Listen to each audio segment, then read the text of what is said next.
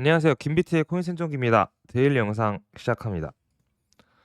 일단 이번 주 중요한 거는 연준 금리 결정 FOMC가 수요일에서 목요일 넘어가는 날에 있을 거고 금리 동결 확률이 지금 96%가 좀 넘어요. 그래서 아마 동결될 것 같고 그에 따라서 시장은 큰 변동이 없을 수도 있습니다. 일단 그렇게 생각하고 있고요.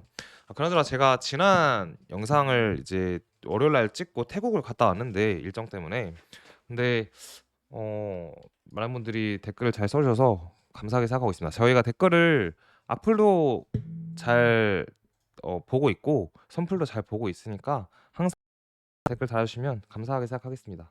자, 그다음은 금이에요. 금 차트가 지금 어느 나라에서 금을 보더라도 그 나라의 통화보다 비싸다라고 볼 수 있고 또 급등했다라고 볼 수 있는데 여기서도 얘기가 나왔지만 금은 종종 비트코인의 큰 움직임을 예상해서 먼저 움직인다라는 얘기를 하고 있습니다. 실제로 이번에 비트가 오르기 전에 금이 조금 더 먼저 올랐고 약간 미시적보다는 좀 거시적으로 봤을 때 금을 따라가는 경향이 없지 않아 있어요.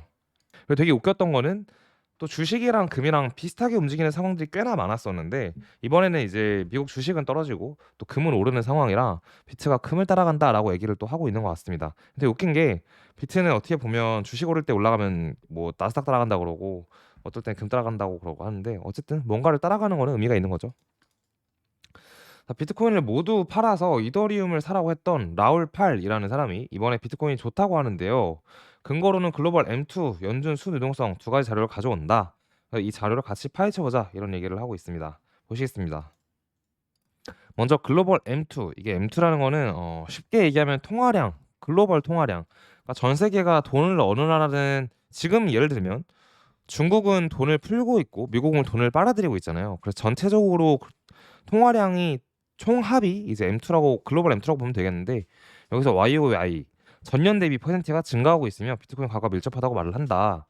이게 무슨 말이냐? 그러니까 전년 대비 글로벌 통화량은 늘었고 그에 따라서 비트코인 가격과 밀접하게 연관이 있을 거다라고 얘기를 한다는 겁니다.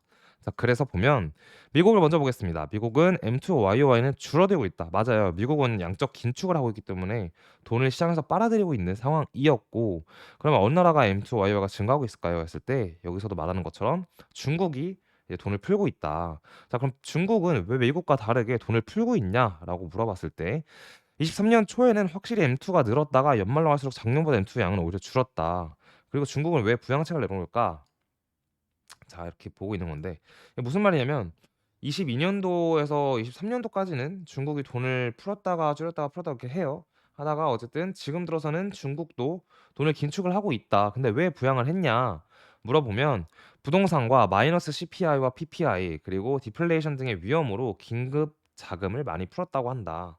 하지만 M2는 줄어들고 있고 부양책 계속 쓸 수 있을까요? 라는 건데 사실 중국에서 발표한 자료이기 때문에 신빙성이 좀 떨어진다라고들 많이 얘기를 하긴 하지만 코로나 때 사실 중국은 봉쇄 정책을 해 가지고 다른 나라들과는 조금 다르게 아예 국가 차원에서 지방들을 봉쇄해서 물가 상승률이 좀 더디다라는 얘기가 있었습니다.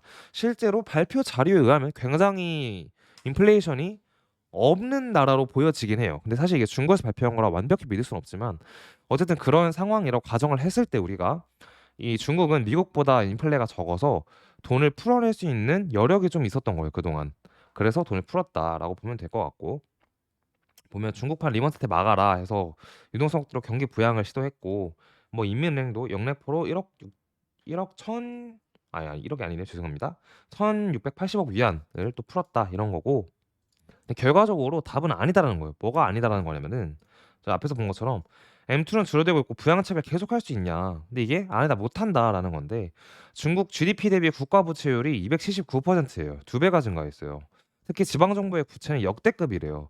집계되지 않은 빚만 1경 6,600조 원 가량이라고 하는데 집계가 되지 않은 빚인데 어떻게 집계를 했는지 모르겠어요. 저는 솔직히. 그래서 정확하진 않은데 어쨌든 누가 봐도 이거는 부채가 굉장히 심하다라는 거고 그래서 중국 정부가 부양책을 못 내놓고 있다 현재 그런 상황인데 그래도 중국은 국채를 더 발행키로 한다.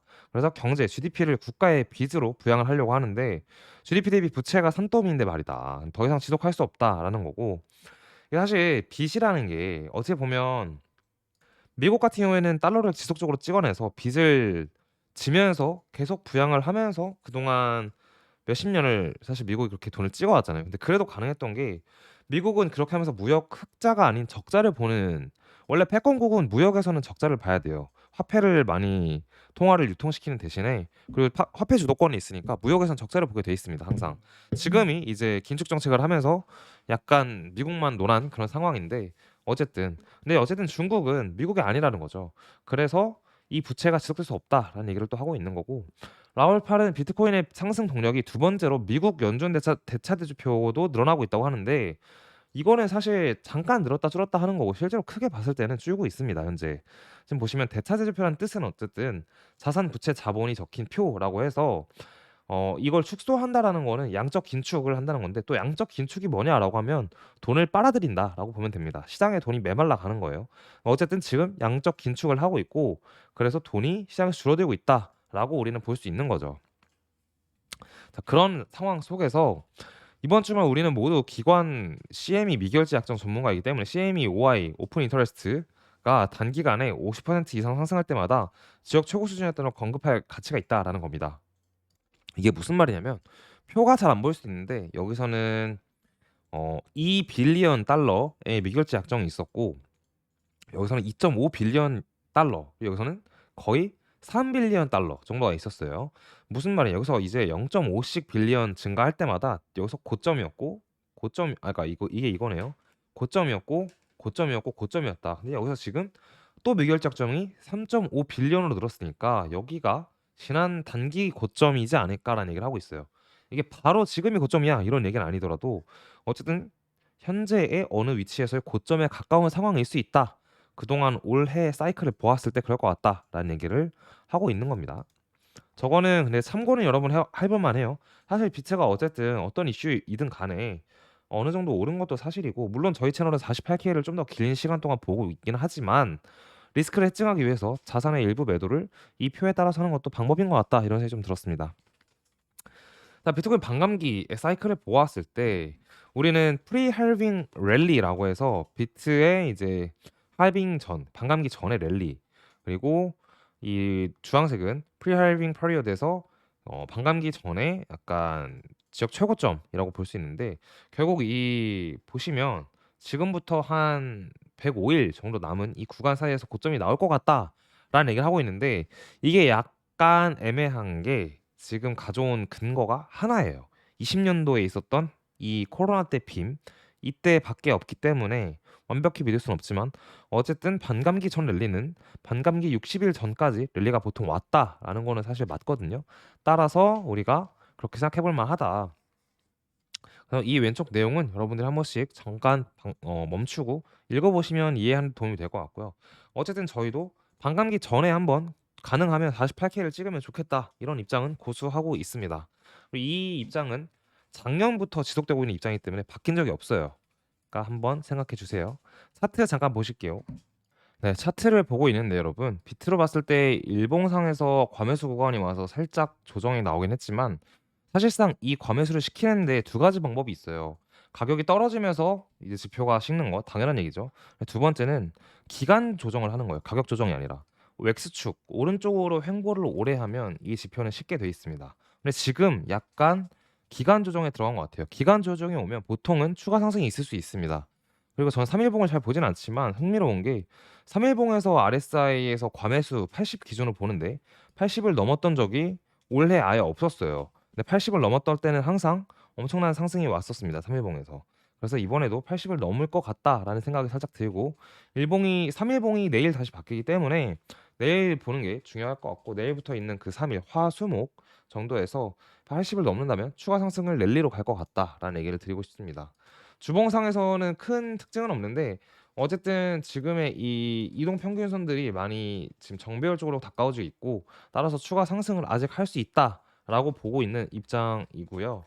아까 라울팔의 얘기를 보았을 때 이더리움을 별로 안 좋게 보고 비트를 좋게 봤는데, 저는 살짝 지금부터는 이더리움도 같이 봐야 할 때가 아닌가라고 유튜브를 찍으면서 작년 그 루나 빔 이후로 처음으로 이더리움에 대한 얘기를 좀 좋게 하려고 하는데요.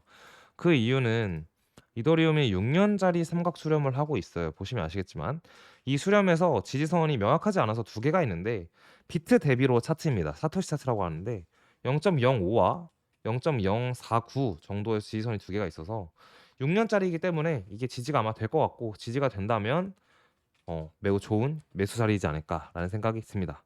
오늘 여기까지 하고 저희 수요일 날 뵙도록 하겠습니다. 감사합니다.